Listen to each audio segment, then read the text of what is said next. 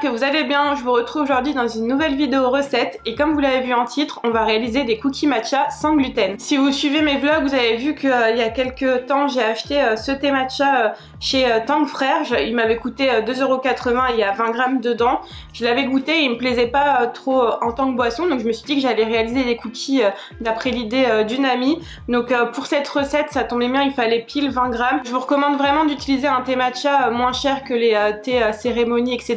qui sont à 35 € le pot. Là, comme je vous dis, celui-là, il était à moins de 3 €. Donc pour une recette de pâtisserie, c'est très bien. Et en plus, comme le goût était plus élevé quand je le buvais en matcha latte, ça a bien relevé le goût des cookies. Donc je vous recommande d'utiliser un matcha de moins bonne qualité que ceux que vous utilisez pour boire d'un point de vue économique, parce qu'il faut quand même 20 grammes de matcha dans la recette, ce qui est vraiment beaucoup quand on voit qu'il faut un seul gramme seulement pour faire une boisson avec. Donc je vous recommande vraiment de prendre un thé moins cher. Ça veut pas dire qu'il sera moins bon, au contraire, le fait qu'il ait un goût un peu plus prononcé, on le sentira plus après la cuisson, parce qu'en général quand on ajoute un goût un peu subtil comme ça, ça perd pendant la cuisson. Et j'ai voulu me lancer un défi dans le défi, c'est-à-dire en faisant des cookies sans gluten. Donc pour ça, j'ai remplacé la farine par un mélange de farine de riz et maïzena, donc farine de maïs, et je trouve que ça fait quand même pas mal effet. Donc c'est sûr qu'on sent que c'est pas forcément un cookie avec de la farine de blé, mais c'est plutôt pas mal. Et dans le défi, j'ai rajouté aussi le fait de sucrer un peu moins le cookie, donc j'ai remplacé une partie de la cassonade avec du sirop d'agave,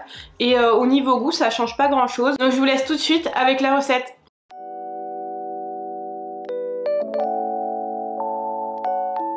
Une vingtaine de cookies, vous aurez besoin de 200 g de farine de riz, 100 g de maïzena, 20 g de thé matcha en poudre, une pincée de sel, 250 g de beurre mou, 110 g de cassonade, 100 g de sirop d'agave, 2 œufs et 100 g de chocolat blanc.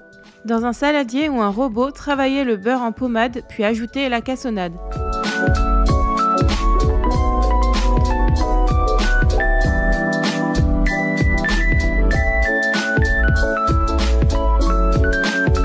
Ajoutez ensuite le sirop d'agave et mélangez. Continuez en ajoutant les 2 œufs et mélangez bien. Ajoutez ensuite la pincée de sel.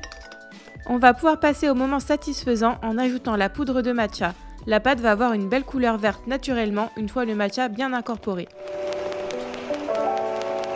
Ensuite, on va pouvoir ajouter en plusieurs fois la farine de riz et la maïzena. J'ai trouvé la farine de riz en magasin bio, mais si vous n'avez pas d'intolérance, vous pouvez remplacer les deux farines par de la farine de blé classique. À cette étape, n'hésitez pas à utiliser vos mains pour bien mélanger.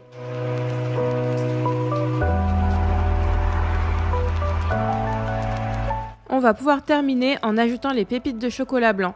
J'ai tout simplement coupé une tablette en petits morceaux à l'aide d'un grand couteau. Une fois les pépites incorporées, placez la pâte à cookies au frais pendant au moins 1 heure. Après 1 heure au frais, vous pouvez former des boules de pâte et les placer sur une plaque.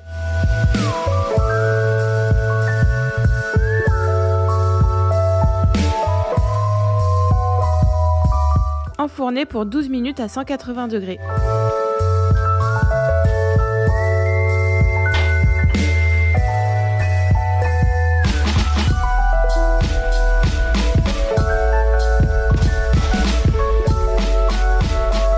Et voilà, vos cookies sont prêts. Je suis vraiment fan de la couleur verte à la cuisson, la couleur est restée et ça c'est plutôt rare d'habitude quand on met du colorant, mais là comme c'est du matcha, ça a dû rester plus facilement. Je les trouve super jolis, je trouve que ça ressort super bien à l'image et en plus en ce moment cette couleur verte c'est vraiment ma couleur. Ils sont vraiment moelleux et à l'intérieur encore un peu cru comme un cookie nature. J'aime beaucoup cette association matcha et chocolat blanc. Alors voilà ce que ça donne une fois fini. On voit que le cookie est bien vert comme le matcha, donc ça c'est plutôt sympa. Le goût est plutôt prononcé avec la quantité que j'ai mis dedans.